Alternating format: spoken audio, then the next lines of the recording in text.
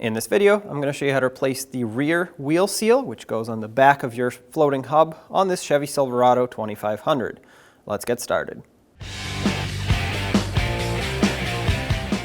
Let's remove the wheel. First, if your truck has these, remove your center caps with a 22mm socket. These are just plastic mounting nuts, so be careful with them. You don't want to break them.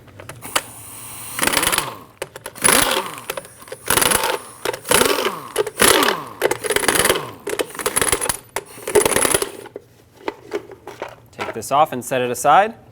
Now remove all 8 of your 22mm lug nuts.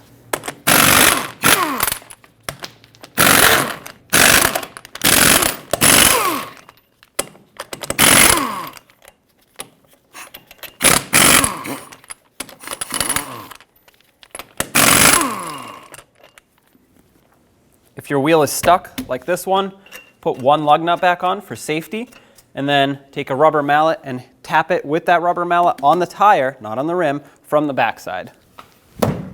There we go. The lug nut held that wheel on so it doesn't fall off. Now take it off and remove the wheel. With a 21mm socket, let's remove the entire caliper and bracket assembly off of the rear axle. You cannot separate these unless you have a very shallow tool that'll fit in here, and I don't. So I'm going to take the whole thing off and split it apart once it's up on the leaf spring. Once again, 21mm socket. I'm going to leave this bolt in a couple turns to hold the caliper while I take off the top bolt, which unfortunately I cannot fit a power tool in, so I'm going to have to do that one by hand. Have a long ratchet or a long breaker bar ready to break this free.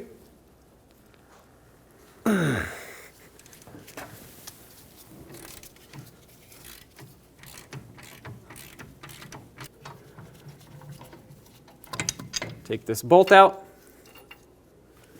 support the caliper,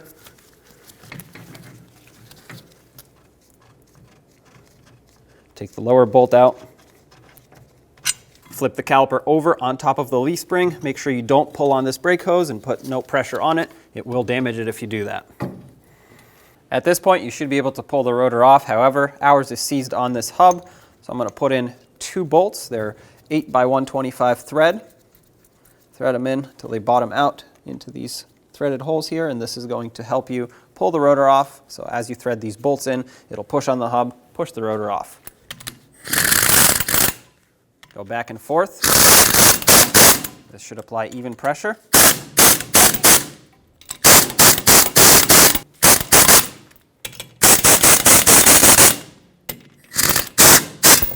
All right, that's off. Take my bolts out. Take the rotor off. Remove all 19mm bolts off of the end of the axle here so we can separate it from the hub. Make sure you have a collection bucket underneath because it will leak fluid once the seal breaks free.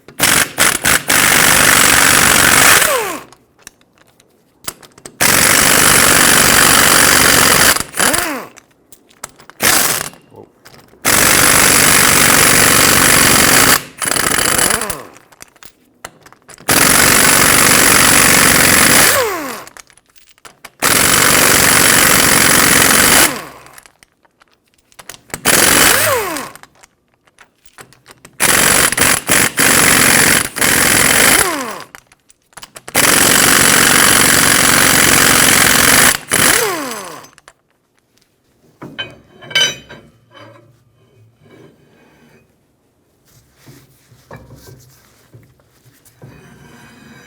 Wipe it off as you take it out so it doesn't drip all over.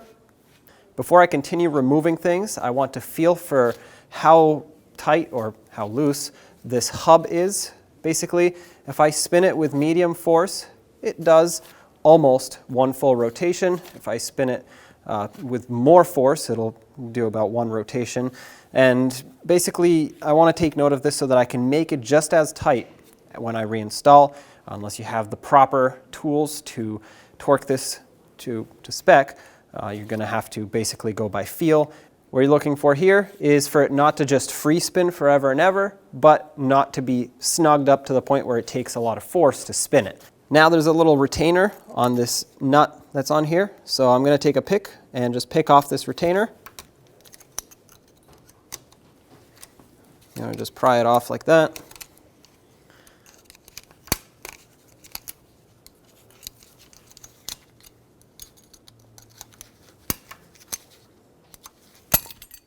There we go.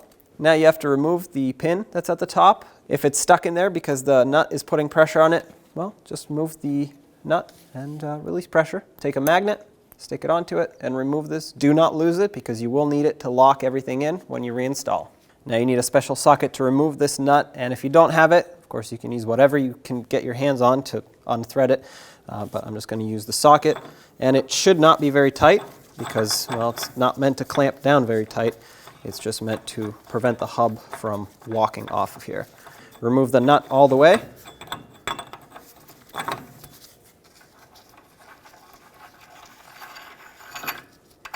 There it is.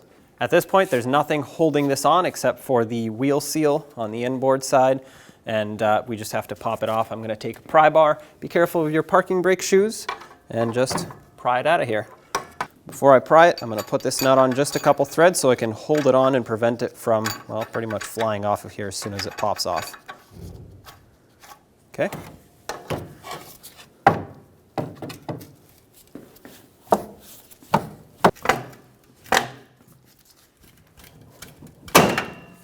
There we go.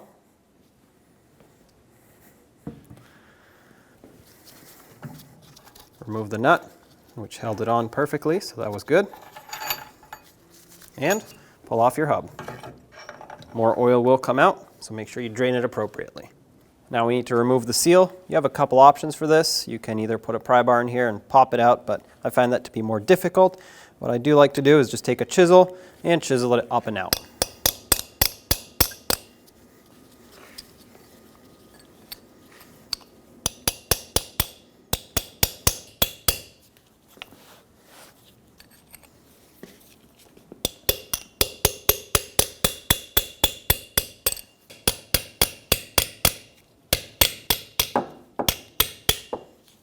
There it is. This is where the seal is going to sit, and you want to inspect this surface. A lot of times, if the seal goes bad, you'll have corrosion in here, or even if the seal is still good. But even if the seal is still good, sometimes water sneaks in here, creates a lot of rust.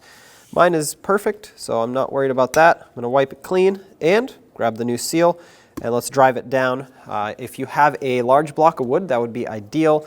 If not, just find something that will hammer this down evenly. If you really don't have anything, take a rubber mallet and gently tap on the outside, going around and around to seat this evenly. Try not to tap on the rubber part of the seal, just tap on the outer piece here because it's more reinforced, and obviously the rubber will just disintegrate or break if you hit that with a hammer. Having said that, I'm going to try my best to tap it as even as possible. This rubber here is what's going to create a perfect seal, so if you go at an angle, it could get damaged, so be careful. Fix it as soon as you see that. Just tap it on the other side and drive this down until it's completely seated up against the hub. I'm going to use a rubber dead blow hammer and just tap it down.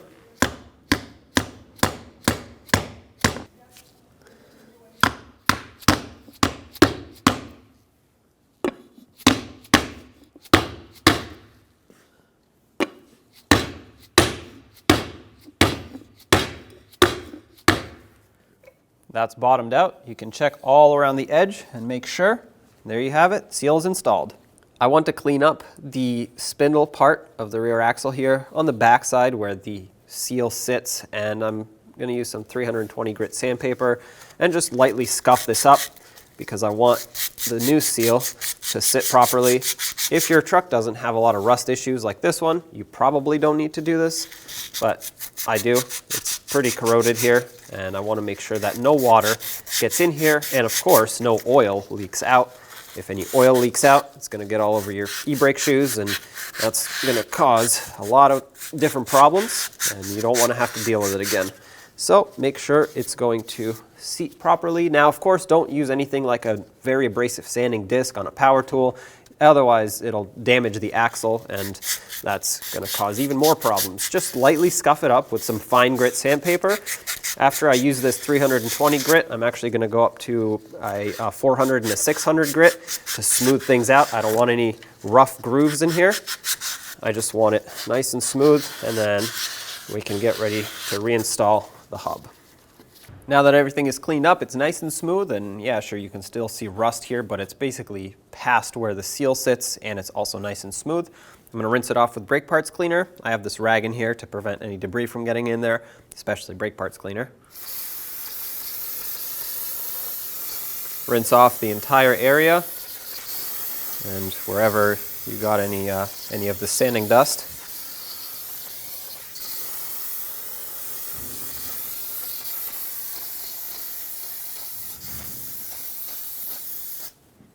Now let's oil up the surface, mostly so that it can be pre-lubricated, but also so that everything can slide on nicely. Just coat it with a thin layer. Obviously, gear oil will coat all of this as you start driving anyway. Once this is all oiled up and ready to go, let's install the hub.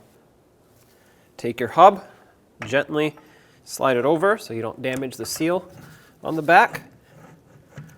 Make sure it all lines up. And now, it's going to take just a little bit of pushing, there we go, to get that on. That's fully seated all the way. It spins smoothly, obviously. If it didn't, that would be a big problem. It's not even tightened down yet.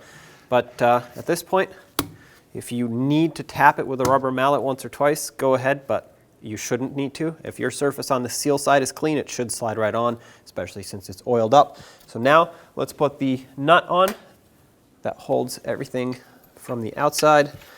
These threads are clean and oiled, so this should slide on nice and smooth all the way in. We're going to snug it up so that it puts some pressure on those bearings and seats them. This you can pretty much go all the way by hand. At this point, you'll need some sort of tool to snug it up, whether you use your special socket or whatever else you're doing. Okay, tighten it up. Give this a couple spins. I'm actually going to put a ratchet on the end of this so that I can put a little bit of pressure on it. We're not going to leave it like that, but you do want to snug them and seat the bearings tight. Set your tool in, give this a quick snug. As you snug it, the hub should have more resistance on it. That's normal, that's what you want. I tightened it down. This has quite a bit of resistance. Obviously, we're not leaving it like this. I'm going to back this nut off to the closest slot where I can line up that locking pin. That should be right about there. However, this feels a lot tighter than it did when I initially tested the bearing or the hub. So I'm actually going to back it off one more. That feels a lot better. It does about one full rotation. I'm actually going to mark it here so that we can visually see this better. Yeah, that's about one full rotation every time. So now let's line that slot up. And like that.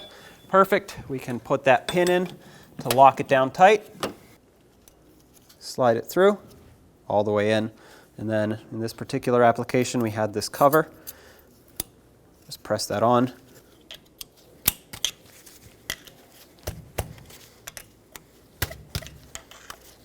This should not require a lot of force to put on. If it does, it's probably not lined up. Just seated right up against that nut. That's it right there. That's installed. Now let's clean up the mating surface on the axle side. There is a gasket here, as you can see. If you have another gasket, you could clean this one off and put another one on. I don't. I'm going to use RTV, which is totally fine. It'll seal up, but of course we have to clean up this surface. You can see there's an area here where it's raised up. I'm going to use my pick and kind of slice through it so I can have an area to start and get this old gasket off of here. And you can basically just use a razor blade the rest of the way and scrape it. Hopefully your axle is not rusty. If this gasket was failed, water would have gotten in and rusted out this entire surface, in which case you'd want to sand it down a little, make sure it's nice and clean like this. But for me, I'm just going to scrape the gasket off and continue on afterwards. All right, the surface is gasket free now. It is very clean, so I'm not worried about it. All I'm going to do here at this point is degrease it with brake parts cleaner, and we can apply some RTV and seal it all up. Let's degrease this surface with some brake parts cleaner on a clean rag. Because we are using gasket maker, RTV, we have to make sure there is no oil left on here. And because we're doing this cleaning step now, I'm actually going to take a blowgun and blow compressed air into all of these holes. These are dead-end holes, and if there's oil in here and you thread the bolt in, it can cause some damage because it'll basically hydrolock that hole. And if you do have oil in any of them, it is a good idea to flush them out with brake parts cleaner and then blow compressed air into them.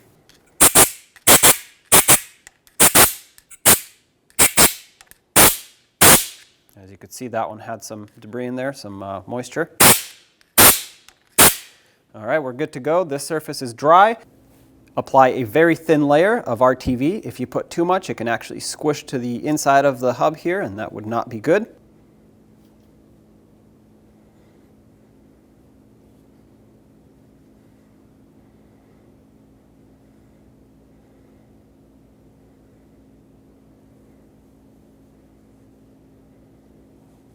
Once you've gone around and put one full bead of RTV all around, let's get the axle on. Carefully slide your axle shaft back in. Try not to drag it along the entire differential. As you get to the end here, you're going to want to guide it so that it can actually line up with the splines there. It's could be a little tricky, so you can get it through. Give it a couple spins if you need to. Oh, there we go. And right over here. Before I get very close, I'm going to try to line up the bolt holes so I can get the bolts through without smudging the RTV around. I've cleaned up the threads on all of my bolts, got rid of the old thread locker, and I applied some new thread locker. Lift the axle up, start in one bolt. This is going to guide the axle in place and line it up. However, I don't want to let go yet. I'm going to start in a second bolt. Once you get two started and close to being bottomed out, all the rest of them should be lined up. So then you can let go. I'm going to skip one for now just so I can make sure it's seated properly. All right, now I'll start in the rest of them.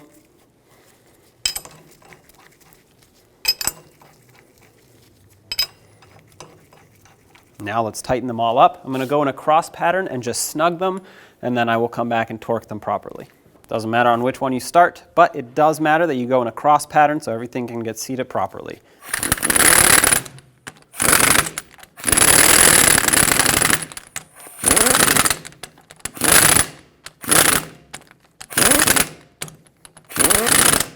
I'm going to wait a couple minutes for the RTV to cure just a little bit, and then I will squish it down with its final torque.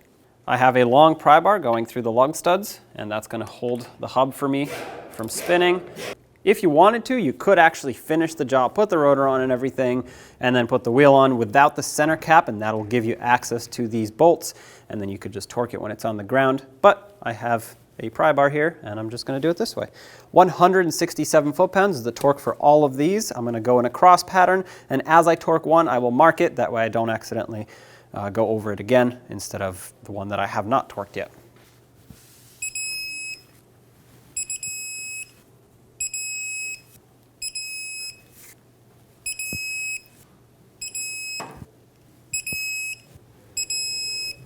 That's all of them. I'm going to actually go around in a circle one more time just to make sure that the first ones didn't loosen up on me. But after I do that, this should be all torqued.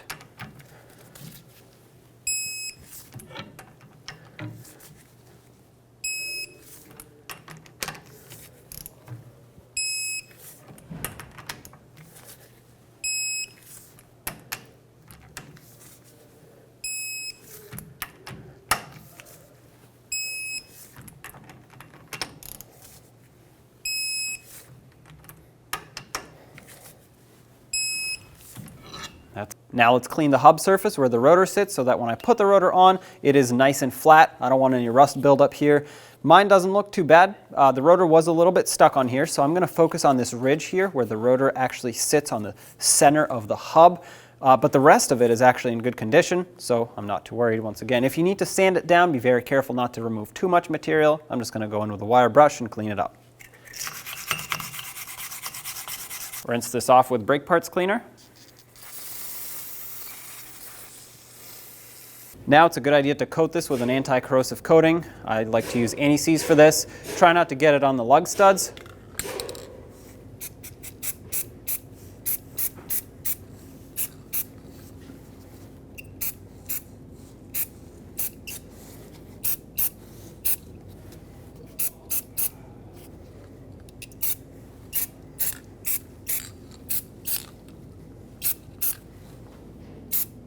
I'm using a new rotor, but if you're reusing your old rotor, make sure you clean the hat of the rotor on the inside where it sits on the hub, just like we did the hub. Now put your rotor on. Now grab your caliper, slide it over the rotor.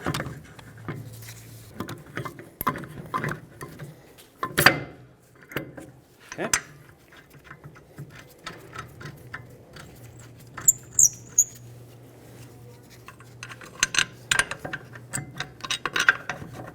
Start in the bottom.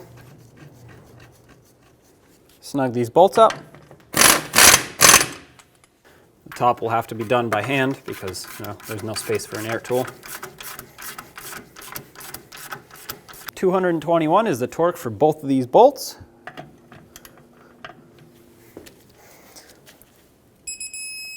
There's one and two.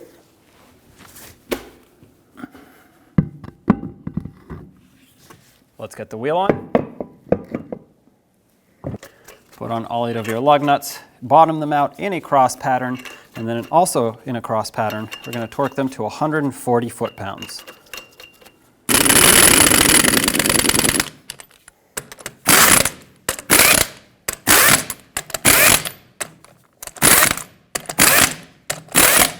Once again, 140 foot-pounds in a cross pattern.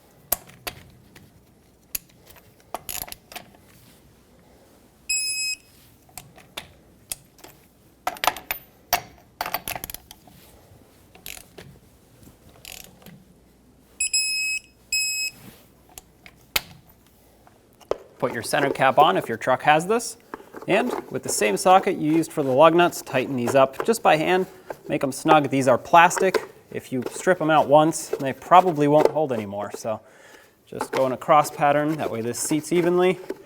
Tighten these up. They kind of click in place once they're locked in, so that's how you know.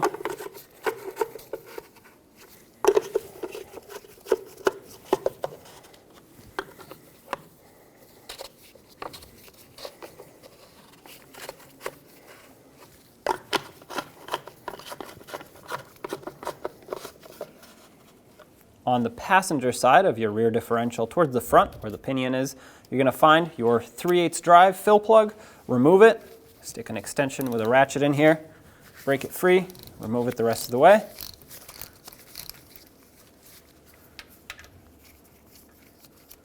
Since we drained some, when you pull this plug off, nothing should come out. This differential takes 75 W90 gear oil, and if yours is a limited slip differential, make sure you add the fluid with the correct additive in it or add the additive separately. To fill it, add gear oil until it comes out the fill plug. Of course, make sure you're on level ground so that it can read properly, or, well, fill accurately, I should say. As you can see, I put in about 1/4 quart and it's already running out. So I'm going to call this done.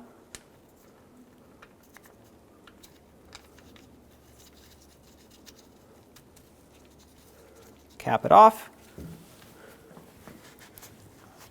Wipe off any drippage. Stick your extension back in here and snug it up. Once it bottoms out, just give it a little extra. When only the best will do, demand TRQ. The only company that lets you view before you do.